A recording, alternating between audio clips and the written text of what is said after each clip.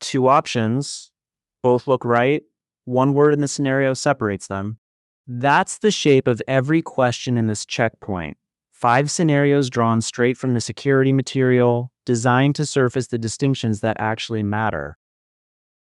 You found stack lessons. Smart move. Let's continue.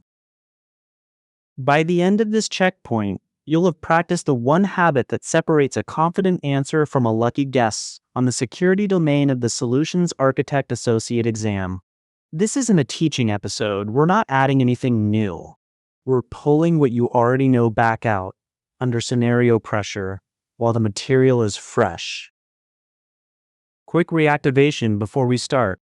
Across the security block, you covered IAM identity, users, groups, roles, and how an instance profile hands a role to an EC2 box. You covered key management and secrets with KMS and Secrets Manager, plus the layers that protect data in S3. On the networking side, you saw NACLs, security groups, and private endpoints. And you finished with detection, GuardDuty, Macie, and CloudTrail. Every scenario today pulls from that pool. Here's how this works. 5 scenarios, each modeled on the way the real exam writes them. I'll lay out the setup and the 4 options, then give you a pause beat, commit to an answer before I walk it. That commitment is the whole point. Every scenario hides its deciding word in the last sentence, so your job is to find that qualifier first. And keep a running scorecard in your head. 5 out of 5 is the goal. One discipline is under test today, above all the service knowledge. Read the last sentence first. The exam routinely writes 2 answers that both technically work, then drops a single qualifier into the final line that quietly eliminates one of them. Miss that word, and your experience actually works against you because both options look fine. Find it, and the answer collapses to 1. Scenario 1. An application running on an EC2 instance needs to read objects from an S3 bucket. Option A. Create an IAM user, generate an access key, and store it in the instance's environment variables. Option B. Create an IAM role with S3 read permissions and attach it via an instance profile. Option C. Generate S3 presigned URLs from a Lambda function. Option D. Configure cross-account access from a separate admin account. And the last line reads, the solution must work without storing credentials on the instance. Lock in your answer before I give it away. Which option gives EC2 that S3 access with nothing stored on the box? The qualifier says no stored credentials, so A is gone immediately. A stored access key is exactly what it forbids. Option C drags in a Lambda and presigned URLs that nobody asked for, which is over-engineering. Option D solved cross-account access, but this is cross-service. One account, EC2 to S3. That leaves B. An IAM role attached through an instance profile delivers temporary credentials over the metadata service, and Amazon Web Services automatically refreshes them before they expire, typically on an hourly cycle. So no manual rotation is ever needed. No stored keys, no manual rotation, exactly what the last sentence demanded. Amazon Web Services itself frames why the stored key path is wrong. The docs say you could store credentials directly on the instance, but then your developers have to manage those credentials, pass them securely to every instance, and update each one whenever it's time to rotate. That's the manual burden the role eliminates. When Amazon Web Services' own documentation talks you out of an option, that option is the distractor. Scenario 2. A web tier in a public subnet is being hammered by automated scans from a specific /24 IP range. Option A. Add a deny rule to the subnet security group. Option B. Add a deny rule to the subnet's NACL. Option C. Deploy Amazon Web Services WAF on the subnet. Option D. Add a deny rule to the instance's security group. The last sentence, block that /24 range at the subnet level. Pause here if you want more time. which control can actually deny a whole address range right at the subnet edge? 2 words in that last sentence do the work: deny and subnet level. Security groups are allow only, so they can't express a deny at all, and they attach to the instance, not the subnet. That kills A and D together on both counts. Option C, OPay at layer 7. This is network level IP blocking, the wrong layer. B is the answer. A NACL sits at the subnet edge and supports explicit deny rules. One thing to remember when you build it: put that deny in the inbound table with a rule number lower than any allow rule, because NACL rules stop at the first match. And here's the detail that bites people in production. The docs put it plainly: NACLs are stateless. So if you allow inbound traffic, the responses are not automatically allowed back out. That's why the deny for an attacker has to go on the inbound side to stop inbound packets, and why legitimate return traffic needs an explicit outbound allow on the ephemeral port range. The most common real-world mistake is putting the deny on the outbound rules and then wondering why the attack still lands. Scenario 3. An RDS database has static credentials that have never been rotated, and the security team wants automatic scheduled rotation. Option A, store the credentials in parameter store and write a lambda to rotate them. Option B, enable automatic rotation in Amazon Web Services Secrets Manager.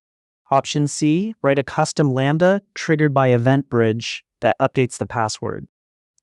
Option D, use KMS to re-encrypt the credentials every month. The closing qualifier with the least operational effort. Got your pick? Automatic rotation with the least effort. Which service ships that capability built in? Least effort is the whole decision here. Option A leans on parameter store, which has no built-in rotation at all. You write and maintain the lambda yourself, so it fails the qualifier. Option C is that same custom lambda, spelled out, maximum effort, the opposite of what's asked. Option D is a misdirection. KMS manages encryption keys, not database passwords. B is the answer. Secrets Manager gives you 2 paths depending on the credential type.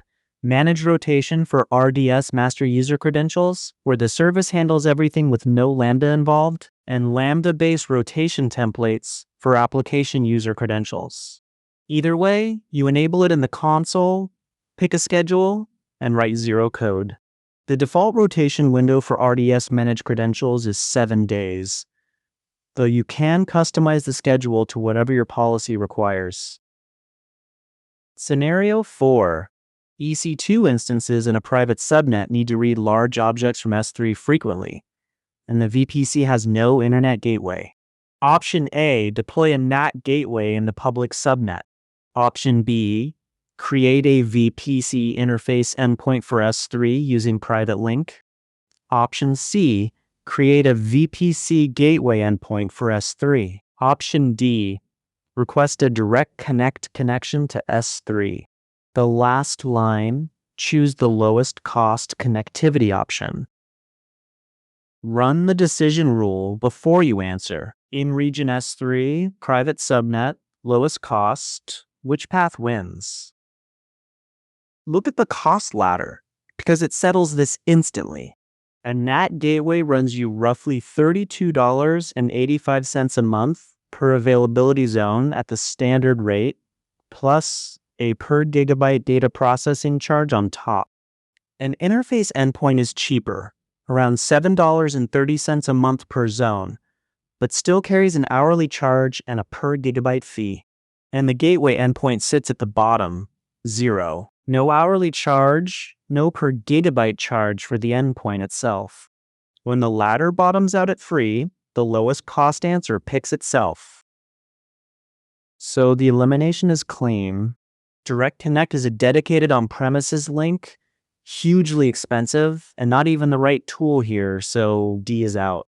The NAT gateway carries both an hourly charge and per gigabyte processing. The interface endpoint beats NAT, but it still isn't free. C is the answer. A gateway endpoint for S3 has 0 hourly and 0 per gigabyte charge. It just injects a route into your subnet's route table. It's available only for S3 and DynamoDB. And for in-region S3 from a private subnet, it's the unambiguous lowest cost choice. And you don't have to take my word on the pricing. The Amazon Web Services documentation says it in one flat sentence. There is no additional charge for using gateway endpoints. That's the line that ends the debate. Whenever the qualifier is lowest cost and the destination is in region S3 from your VPC, this is the answer every time. Scenario 5, the last one.